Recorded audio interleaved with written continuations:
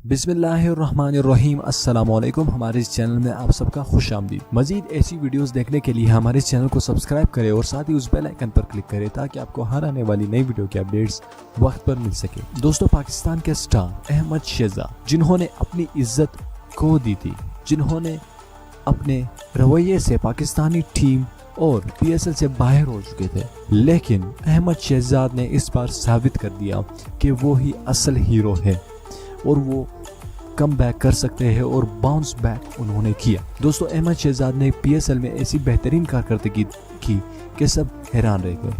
दोस्तों, मैं आपको एक वाकया सुनाता हूँ जो कि शुएब अख्तर ने एक लाइव न्यूज़ में कहा कि जब खिलाड़ियों की ऑक्शन हो रहे थे, खिलाड़ियों की सिलेक्शन हो रहे थे PCB में, पाकिस्तान सुपर लीग में, तब अहमद शहजाद को कोई नहीं सिलेक्ट कर रहा था। अहमद शहजाद की एजेंट यहाँ टोकरे खाकर वहाँ टोकरे खाकर जा रही थी। सब अहमद शहजाद का मजाक उड़ा रहे थे, सब अहमद शहजाद को जलील कर रहे थे। तब पाकिस्तान की एक फ्रेंचाइज क्वेटा ग्लैडिएटर्स ने अहमद शहजाद को खरीदा और अहमद शहजाद ने क्वेटा ग्लैडिएटर्स के चीफ नदीम उमर को ये दिलासा दिया, आप सिर्फ मुझे एक चांस दीजिए, आपका नाम मैं रोशन कर दूंगा। उन्होंने ऐसा ही किया।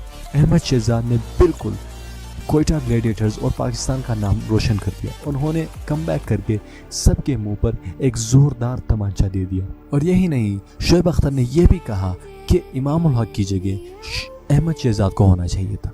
अहमद शहजाद और बाबर आजम जब ओपनिंग करे तो पाकिस्तानी टीम को कोई भी बॉलिंग अटैक और पाकिस्तानी बैटिंग लाइन को कोई भी बॉलिंग अटैक तबाह नहीं कर सकता। तो दोस्तों, आपकी क्या राय है इस बारे में, आप हमें नीचे कमेंट करके ज़रूर बताना। हाँ, आपका कमेंट हमारे लिए बेहद इंपॉर्टेंट है। और मज़ीद ऐसी वीडियोस देखने के लिए हमारे इस चैनल को सब्सक्राइब करना मत भूलिएगा और साथ ही इस वीडियो को लाइक करना मत भूलिएगा। इस वीडियो पर हम लोगों ने 1000 लाइक्स का टारगेट रखी है। अगर 1000 लाइक्स आप लोग पूरी कर देते हैं तो क्या ही बात। इस वीडियो को शेयर करिए अपने दोस्तों के साथ व्हाट्सएप ग्रुप और फेसबुक ग्रुप में। और मुझे इजाज़त दीजिए, मैं मिलता हूँ आपसे अगली वीडियो में। तब तक के लिए मुझे इजाज़त दीजिए। अल्लाह हाफ़िज़।